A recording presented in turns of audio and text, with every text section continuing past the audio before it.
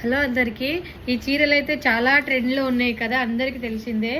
నా దగ్గర అయితే 3 కలర్స్ అవైలబుల్ ఉన్నాయి. ఫుల్ వేసుకుంటున్నారండి యూనిఫామ్ పరంగా. యూనిఫామ్ కలర్స్ ఇవైతే ఈ కలర్ ఎల్లో కలర్, ఇంకోటి దేవదాస్ బ్లూ కలర్.